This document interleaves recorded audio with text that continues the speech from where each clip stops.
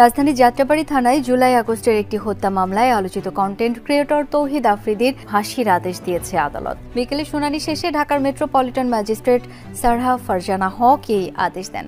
আদালতের শুনানিতে রাষ্ট্রপক্ষের আইনজীবীরা বলেন, তৌহিদ আফ্রিদি ছিলেন মিডিয়া সন্ত্রাসী। হত্যা মামলায় স্বীকারোক্তিমূলক জবানবন্দি দিয়েছেন তৌহিদ আফ্রিদি। সিনিয়র জুডিশিয়াল ম্যাজিস্ট্রেট তামান্না ফারার কাছে এই জবানবন্দি দিয়েছেন। তৌহিদ আফ্রিদিকে রিমান্ডে নেওয়ার পর থেকে এবার বেরিয়ে আসছে একের পর এক নানা অপকর্মের তথ্য। ব্লগার ও ইউটিউবার তৌহিদ আফ্রিদি গ্রেফতারের পর থেকেই তাকে নিয়ে আলোচনা সামাজিক যোগাযোগ মাধ্যম জুড়ে। প্রেম প্রতারণা তো আছেই, আছে বিয়ের প্রলোভন দেখিয়ে নারীদের সাথে শারীরিক সম্পর্কের অভিযোগও।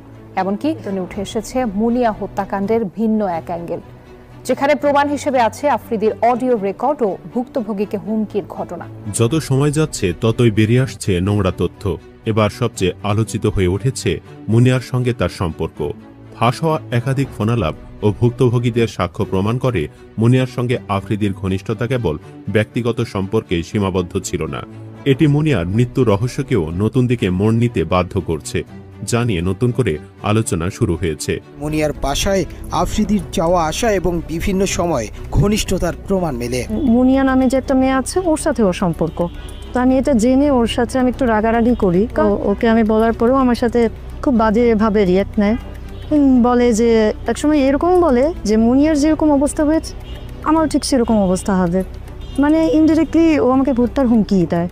তৌহিদ আফ্রিদির গার্লফ্রেন্ডের কথায় প্রমাণ পাওয়া যায় যে এই মুনিয়া হত্যাকাণ্ডের সাথে এই তৌহিদ আফ্রিদি সে জড়িত ছিল, কারণ সে হুমকি দেয় যে তুমি যদি আমার কথা না শোনো তাহলে তোমারই মুনিয়ার মতো একই অবস্থা হবে। তার মানে বুঝতেই পারছেন যে এই মুনিয়াকে সে প্রথমে দর্শন করে তারপর ছুঁড়ে ফেলে দিয়েছে মৃত্যুর মুখে। আর এই মুনিয়াই শুধু নয়, এই তৌহিদ আফ্রিদি সে অসংখ্য মেয়েদের সাথে অনৈতিক সম্পর্ক করে তাদেরকে ছুঁড়ে ফেলে দিয়েছেন, এবং আওয়ামী সরকার ক্ষমতায় থাকার কারণে ও তাদের সাথে সম্পর্ক থাকাতে এই তৌহিদ আফ্রিদির অপকর্ম ও অনৈতিক সম্পর্কের কথা কেউ জনগণের সামনে তুলে ধরতে পারেনি। তবে ইতিমধ্যেই এই তৌহিদ আফ্রিদির অপকর্ম ও অনৈতিক সম্পর্কের কথা প্রমাণ সহ উঠে আসছে একের পর এক, এবং রিমান্ডে সে অপকর্মের দায় স্বীকার করে স্বীকারোক্তি দিয়েছেন, যেই কারণেই কিনা তার সর্বোচ্চ শাস্তি হতে যাচ্ছে। সে বিষয়ে দেখেছেন ভিডিও শুরুতে কিছু অংশ, এবার দেখবেন সম্পূর্ণ ভিডিও জুড়ে বিস্তারিত। তার আগে ভিডিও অন করে যারা সাবস্ক্রাইব করেছেন তাদেরকে ধন্যবাদ, আর যারা এখনো সাবস্ক্রাইব করেন নাই তাদের কাছে অনুরোধ সাবস্ক্রাইব করে পাশে থাকা বেল আইকনটি বাজিয়ে দেবেন। তো দর্শক চলুন এবার আমরা দেখবো যে এই তৌহিদ আফ্রিদির অনৈতিক সম্পর্ক ও অপকর্মের কথা একের পর এক উঠে আসছে, এবং সে রিমান্ডে দায় স্বীকার করে স্বীকারোক্তি দেওয়ার কারণে তার সর্বোচ্চ শাস্তি হতে যাচ্ছে।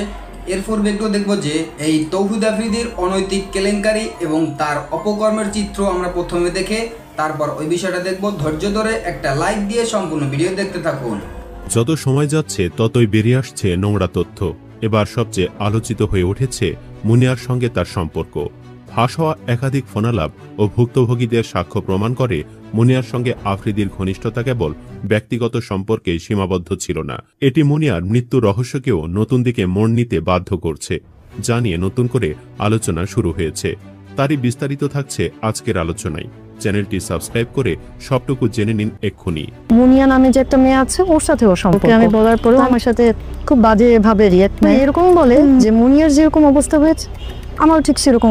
সম্প্রতি প্রকাশিত ক্রাইম এডিশনের প্রতিবেদনে বলা হয়, জুলাই আন্দোলন চলাকালে তৌহিদ আফ্রিদি দেশের জনপ্রিয় কন্টেন্ট ক্রিয়েটরদের হুমকি দিয়ে সরকারের পক্ষে কাজে লাগানোর চেষ্টা চালিয়েছেন। তাছাড়া আফ্রিদির বিরুদ্ধে বেশ কয়েকজন নারীকে বিয়ের প্রলোভন দেখিয়ে শারীরিক সম্পর্ক করার অভিযোগ উঠেছে। নাম প্রকাশে অনিচ্ছুক এক নারী জানান, দীর্ঘদিন সম্পর্কে থাকার পর আফ্রিদি হঠাৎ করেই তাকে ছুঁড়ে ফেলে দেয়। পরে তাকে ডিবি অফিসে ডেকে গায়েব করে দেওয়ার হুমকি দেওয়া হয়। ফলে সংসার করার স্বপ্ন শেষ হয়ে যায় তার। ওই নারী আরও বলেন, আমি জানতে পারি বিভিন্ন মেয়ের সঙ্গে আফ্রিদির সম্পর্ক আছে। মুনিয়া নামের একটা মেয়ে আছে, তার সঙ্গেও আফ্রিদির সম্পর্ক। এগুলো জেনে ওর সঙ্গে আমি একটু রাগারাগি করি। এটা স্বাভাবিক, আমার একটু খারাপ লাগতেই পারে। আমি যেহেতু ওকে ভালোবেসে ফেলেছি, তো ওকে আমি বলার পরে খুব বাজেভাবে রিয়াক্ট নেই। একসময় এরকমও বলে, মুনিয়ার যেরকম অবস্থা হয়েছে আমারও ঠিক সেরকম অবস্থা হবে, মানে ইনডিরেক্টলি ও আমাকে হুমকি দেয়। প্রতিবেদনে উল্লেখ করা হয়, ওই নারীর অভিযোগের সূত্র ধরে কিছু ফোন রেকর্ড হাতে আসে, যেখানে মুনিয়ার বাসায় আফ্রিদির যাতায়াত এবং ঘনিষ্ঠতার প্রমাণ মেলে। মুনিয়ার সঙ্গে আফ্রিদির সম্পর্ক এবং আরেক প্রেমিকার সাক্ষ্য মিলিয়ে দেখলে হত্যাকাণ্ডের রহস্য ভিন্ন দিকে মোড় নিতে পারে। একটা ফোন কলে মুনিয়া, অন্য এক নারী ও তৌহিদ আফ্রিদির কথা শোনা যায়। ওই নারী বলছে, তুমি যেটা বললা সেটা রিপিট করো। মুনিয়া বলছে, রসকস থাকবে না। তৌহিদ আফ্রিদি বলছে, ওর রসকস থাকবে না বিয়ের পর, বিয়ের আগেই রস, বিয়ের পরের। মুনিয়াকে বলতে শোনা যায়, উনি কিভাবে বলল, উনাকে আমি কি, তোমার উপরে কিচ্ছু। আরেকটি ফোন কলে মুনিয়া বলছে, হ্যাঁ, কোথায় তুমি, কই, কি করো? তৌহিদ আফ্রিদি বলেন, এই যে আমি রাত্রে বেলার মধ্যে আসতেছি। মুনিয়া বলেন, ও কোথায় আসবা? আফ্রিদি বলেন, তোমাকে পিক করব রাতে। মুনিয়া বলেন, আচ্ছা, ফোন দিও। আরেকটি ফোন কলে শোনা যায়, হ্যালো, হ্যাঁ, কোথায় তুমি? আফ্রিদি বলেন, অফিসে কাজে। মুনিয়া বলেন, অফিসে কি গাড়ি চালাও? আফ্রিদি বলেন, না, অফিসে। মুনিয়া বলেন, আচ্ছা, এখন কি করব বলো একটু। আফ্রিদি বলেন, কি করবা মানে বুঝি নাই। মুনিয়া বলেন, মানে আজকে দেখা করবা না আমার সঙ্গে একটু? আফ্রিদি বলেন, রাতে। আরেকটি ফোন কলে শোনা যায়, আফ্রিদি বলেন, না, আমি মানে মাত্র ইন্টারকন্টিনেন্টাল থেকে বের হচ্ছি। আমার কথা হচ্ছে আমি আসতে পারবো, কোনো সমস্যা নেই। আমি একটু ড্রাঙ্ক, তবে চলবে? মুনিয়া বলেন, না, সমস্যা কি, ড্রাঙ্ক? আফ্রিদি বলেন, আচ্ছা। মুনিয়া বলেন, ওই কাবাই কাবা? আফ্রিদি বলেন, হ্যাঁ, বুঝি নাই। মুনিয়া বলেন, কাইকাবা গাধা কোথাকার। আফ্রিদি বলেন, গাধা কেন? মুনিয়া বলেন, এত ন্যাচারাল ভাবে কথা বলতে পারতা? আফ্রিদি বলেন, হ্যাঁ, আমি ন্যাচারালি কথা বলি। আর হ্যাঁ, 1%, এটা তোমাকে জানায় রাখলাম, আমি রাতে আসতেছি। এ সময় মুনিয়া বলেন, এত দুষ্টু কেন তুমি? আফ্রিদি এমনই এক ছেলে যে তার শালিকাকে নিয়ে ফাজলামি করতে ছাড়েনি। গত বছর হঠাৎই তৌহিদ আফ্রিদির বিয়ের সাজের একাধিক স্থির চিত্র সামাজিক যোগাযোগ মাধ্যমে ছড়িয়ে পড়ে। তখনও বিয়ে নিয়ে কথা বলেননি আফ্রিদি। এর মধ্যে খবর ছড়িয়ে পড়ে রায়শা নামের এক তরুণীকে বিয়ে করেছেন তিনি। এ নিয়ে শুরু হয় বিভ্রাট। পরে ঘটনা প্রসঙ্গে আফ্রিদি গণমাধ্যমে জানান, তার বউ রায়শা নন, রিশাকে বিয়ে করেছেন। সম্পর্কে রায়শা আর রিশা যমজ বোন। এ নিয়ে নতুন করে সামাজিক যোগাযোগ মাধ্যমে অনেকে মজার ভিডিও ও ছবি পোস্ট করে লিখতে থাকেন। শালিকাকে বিয়ে করেছেন আফ্রিদি।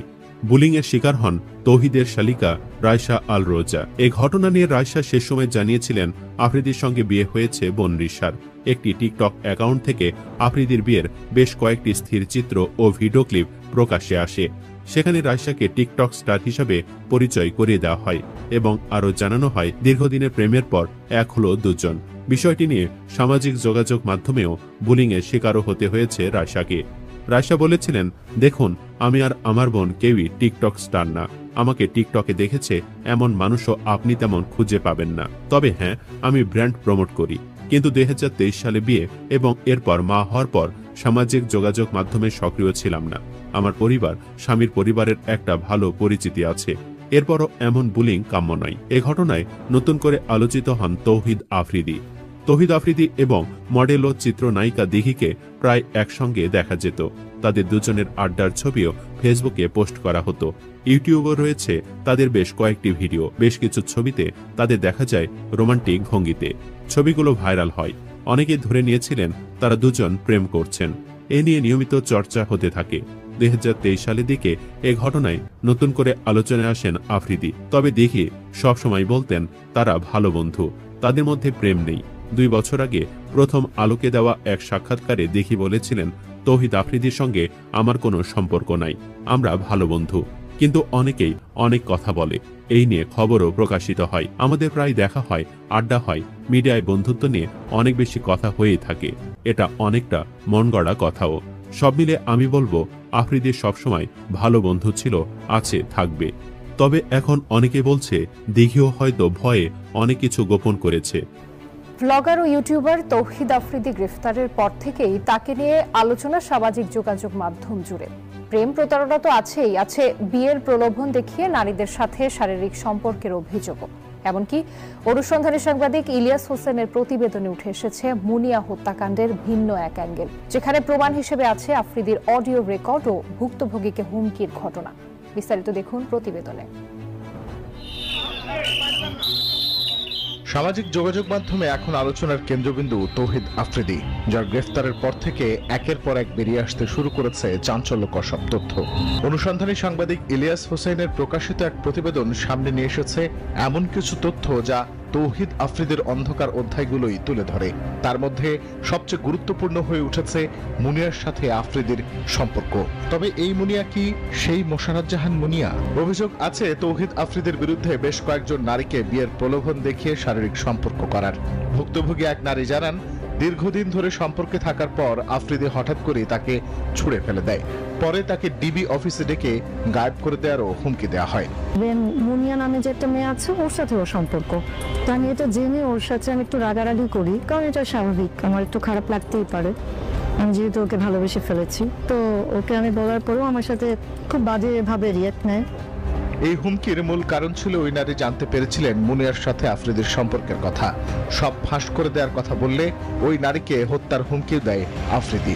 একসময় এরকম বলে যে মুনিয়ার যেরকম অবস্থা হয়েছে আমার ঠিক সেরকম অবস্থা হবে, মানে ইনডিরেক্টলি ও আমাকে হত্যার হুমকি দেয়। ওই নারীর অভিযোগের সূত্র ধরে উদ্ধার করা হয় মুনিয়ার সাথে আফ্রিদির ফোন রেকর্ড, যেখানে মুনিয়ার বাসায় আফ্রিদির যাতায়াত ও ঘনিষ্ঠতার বিষয়টি সহজেই অনুমেয়। আপনার ন্যাচারালি কথা বলতে পারছা? হ্যাঁ, আমি ন্যাচারালি কথা বলি। হ্যাঁ, কি করো? আচ্ছা, যাক, একটু 1%। হ্যাঁ, এটা আমি তো আমি তুমি প্রাইম এডিশনের প্রকাশিত এই প্রতিবেদন আর কল রেকর্ড থেকে অন্তত এটা প্রমাণিত হয় এই ত্রিভুজ প্রেম ও প্রতারণার গল্পের শেষ পরিণতি ব্যক্তিগত সম্পর্কেই সীমাবদ্ধ ছিল না, এগিয়েছে মুনিয়া হত্যাকাণ্ডে। আমি রাতের মধ্যে আসতে তোমার ঠিক করবো রাতে ফোন দিও। এদিকে ডিবি প্রধান তথা ভাতের হোটেলের হারুনের সাথে আফ্রিদিকে বিভিন্ন সময় মেলামেশা করতে দেখা গেছে। অভিযোগ আছে তাকে ব্যবহার করে ইউটিউব ও ব্লগারদের আওয়ামী লীগের পক্ষে জোরপূর্বক কাজ করাতে বাধ্য করত আফ্রিদি। তার প্রত্যক্ষ মদদেই মোশাররফ জাহান মুনিয়া হত্যাকাণ্ডকে ভিন্ন দিকে পরিচালিত করার চেষ্টা করা হয়েছে। এছাড়া এই কাজে মাস্টার মাইন্ড হিসেবে কাজ করেছে সাবেক আইনমন্ত্রী আনিসুল হক ও তার কথিত প্রেমিকা তৌফিকা করিম, যারা নিজেদের অভিজাত অফিসে বসে নানা অনৈতিক কর্মকাণ্ড করেছে আর বাংলাদেশের আইন আদালত সহ নানা বিষয়ে নিয়ন্ত্রণ করেছে। আবার তাদের সাথে সুসম্পর্ক ছিল বাংলার কসাই খ্যাত সাবেক স্বরাষ্ট্রমন্ত্রী আসাদুজ্জামান খান কামালের, যার অধীনে থাকত বাংলাদেশ পুলিশ।